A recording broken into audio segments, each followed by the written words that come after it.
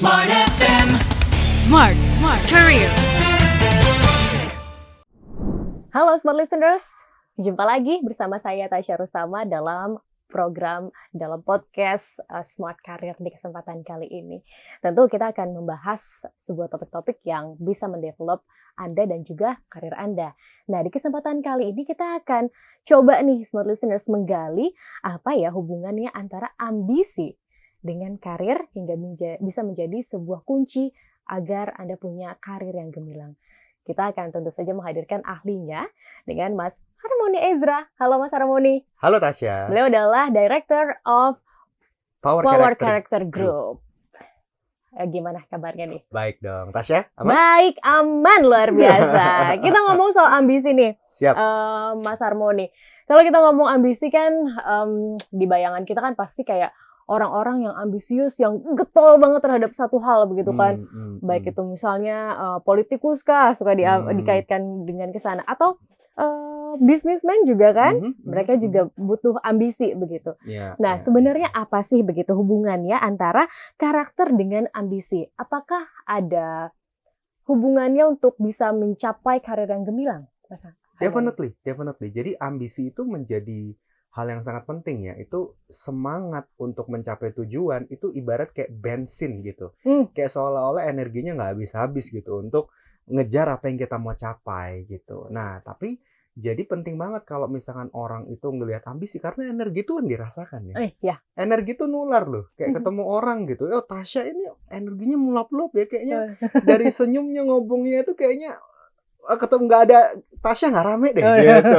Jadi hal itu energi itu sangat bisa dirasakan karena kita punya amigdala, empati gitu ya.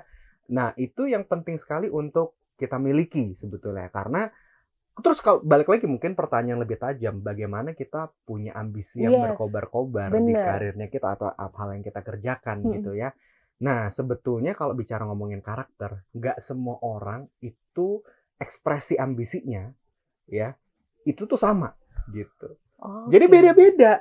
Ambisi itu bisa terimplementasi, terekspresikan dengan cara yang berbeda-beda. Kalau misalkan Anda merasa, oh orang yang karirnya gemilang pasti ambisinya tinggi. Well, nggak sepenuhnya benar. Ya, jadi artinya kalau ekspresinya yang energinya tinggi, yang semangat, yang berkobar-kobar pasti yang dia sukses. Belum tentu. Karena setiap orang punya karakter yang berbeda-beda. Dan ekspresi ambisinya terhadap sesuatu hal juga berbeda-beda. Saya perlu garis bawain ya. Semua orang harus berambisi, tapi nggak semua orang harus berkobar-kobar, ketemu orang harus seru, nggak harus.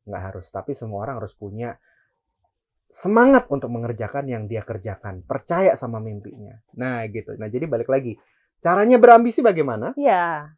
Itu pertama harus punya sekali lagi mimpi atau idealisme ya. Kita mau ngerjain apa? Nah, ini saya kalau ngomongin tipe-tipe karakter, saya pengen bahas nih. Ada 4 tipe karakter orang gitu ya. Nah, 4 tipe karakter ini kalau ngomongin ambisi ini ekspresinya beda-beda. Nah, ada orang-orang yang dipimpin sama logika. Dan orang-orangnya sangat cepat. Orang-orangnya sangat goal oriented, result oriented. Nah, ini saya sebut sebagai the commander. Ya, ini berdasarkan penelitian saya terhadap founders, terhadap pemilik usaha dari level Astra sampai Gojek sampai Tokopedia ya. Orang-orang founders yang ternama itu juga kita punya database-nya dan punya benang merahnya, maka framework ini juga tercipta. Nah, ini the commander ini tipikal orang yang berpikir ya, bertindak tapi kurang perasaan. Nah, jadi sadis. Nah, orang-orang yang kayak gini biasanya dia kelihatan banget ambisinya tuh untuk mengeksekusi sesuatu hal. Dia bagus sekali dalam menginisiasi, bagus sekali dalam ketegasannya, bagus sekali dalam prinsip-prinsipnya dia gitu ya. Nah, tapi seringkali nggak disukain. Gitu. Soalnya sadis itu ya. Betul. Less empathy, less emotion, nggak berempati, nggak beremosi, nggak punya belas kasihan, bener. Gitu. Nah, jadi orang-orang kayak gini jadi kayak nggak disukain. Cuman orang-orang ini sangat bagus jadi mandor yang baik. Gitu. Ketika mengerjakan ada deadline, wah orang-orang ini butuh polisi-polisi kayak gini. Gitu.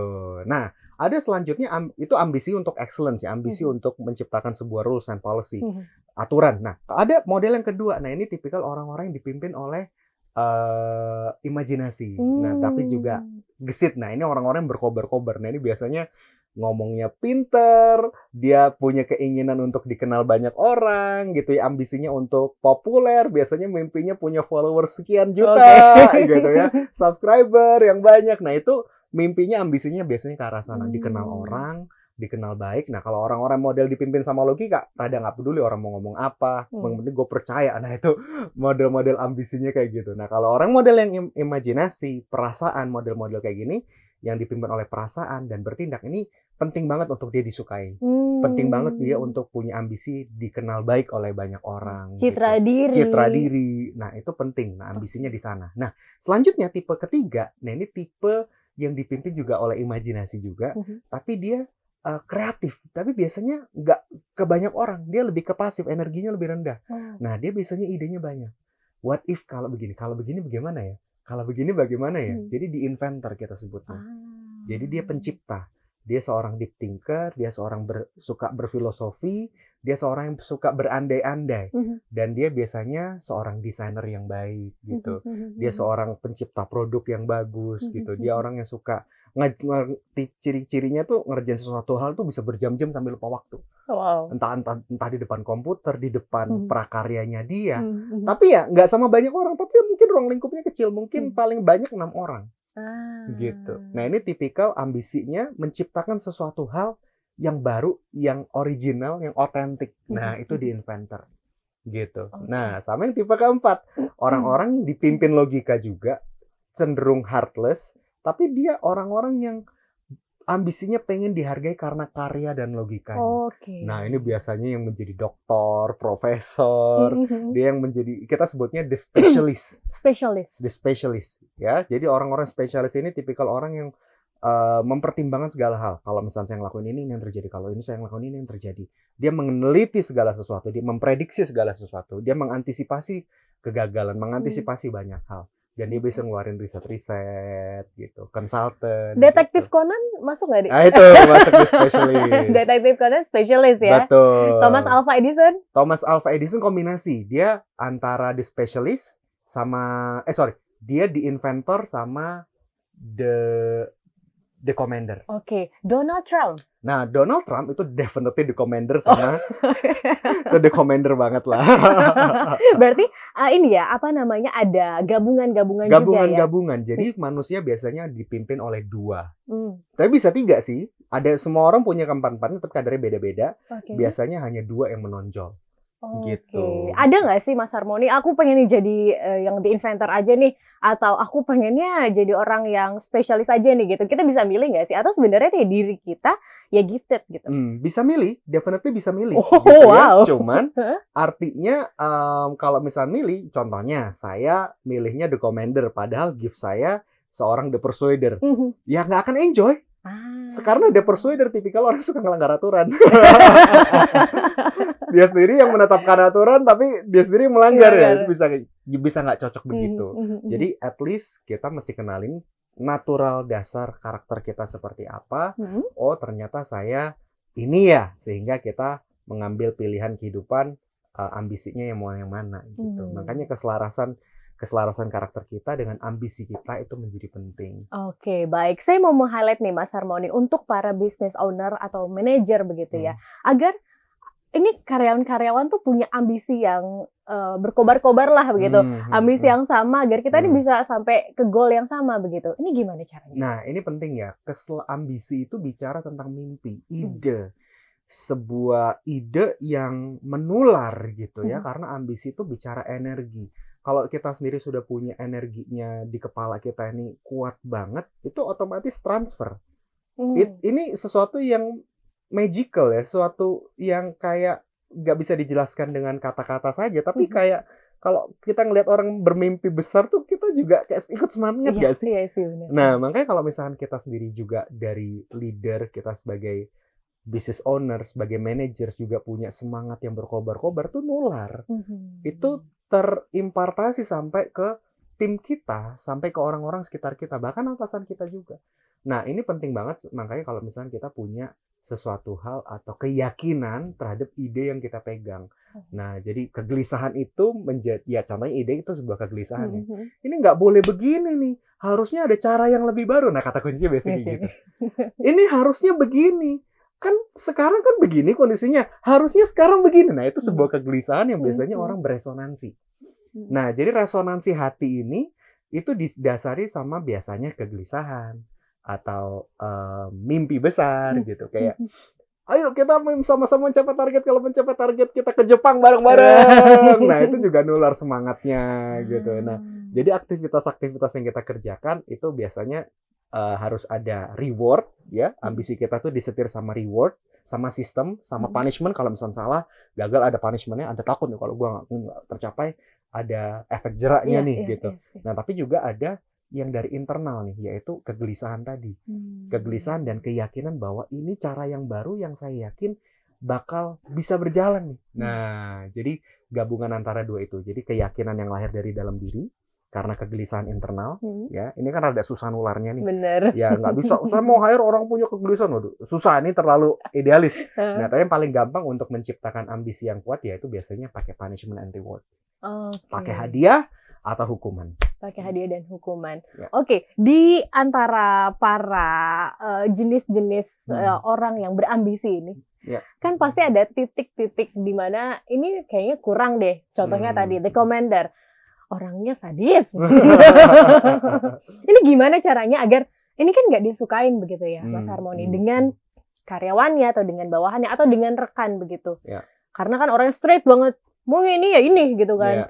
Atau misalnya tadi the inventor yang dia bisa ya walaupun di skop kecil dia sibuk sama dirinya sendiri. Nah, ini gimana untuk menyikapi itu semua Mas Harmoni agar ya jadi harmoni. Jadi harmoni.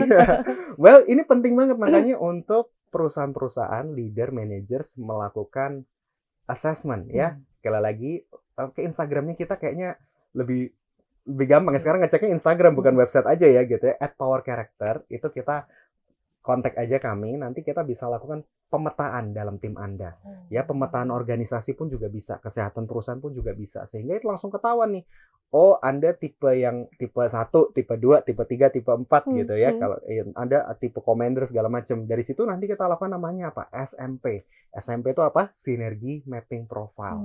Nah, jadi kita untuk bersinergi harus kenal diri kita sendiri, kenal satu sama lain, kita kenali potensi konfliknya di mana, dan kita ntar biasanya setelah ikut konsultasi dan pendampingan bersama kami langsung terasa, oh pantesan, oh gitu ya, oh iya pantes, oh iya berarti nextnya gimana, nah gitu. Nah jadi dalam gap komunikasi, dalam gap pencapaian mimpi itu gap karakter ini menjadi penting ya. Jadi ambisinya orang berbeda-beda juga, dalam pekerjaan itu juga terimplementasi berbeda-beda juga. Nah ini pemetaan dalam tim kita, dalam organisasi kita untuk mencapai goal kita itu menjadi sangat esensial. Oke, terima kasih Mas Harmoni untuk sharingnya di kesempatan kali ini. Semoga dengan ilmu yang mungkin ini kayaknya spill gitu ya, spill dari sebenarnya ilmu yang sangat besar yang bisa didapatkan ketika smart listeners mungkin melakukan assessment begitu kan. Oh, mungkin aku tipe ini, tipe ini, tipe ini. Tapi kalau ketika udah tahu, oh aku tipe ini, mungkin bisa di follow up lebih lanjut begitu kan. Betul. Untuk di tes apakah iya benar, dikonfirmasi begitu kan. Nah, smart listeners bisa langsung kontak Mas Harmoni. Ini di akhir dari podcast Smart Career di kesempatan kali ini. Terima kasih untuk Anda yang sudah bergabung. Pastikan Anda nonton episode lainnya. Tasya Rustama pamit, Mas Harmoni juga pamit. Sampai jumpa. Sampai jumpa. Smart FM. Smart Career. Make your future better.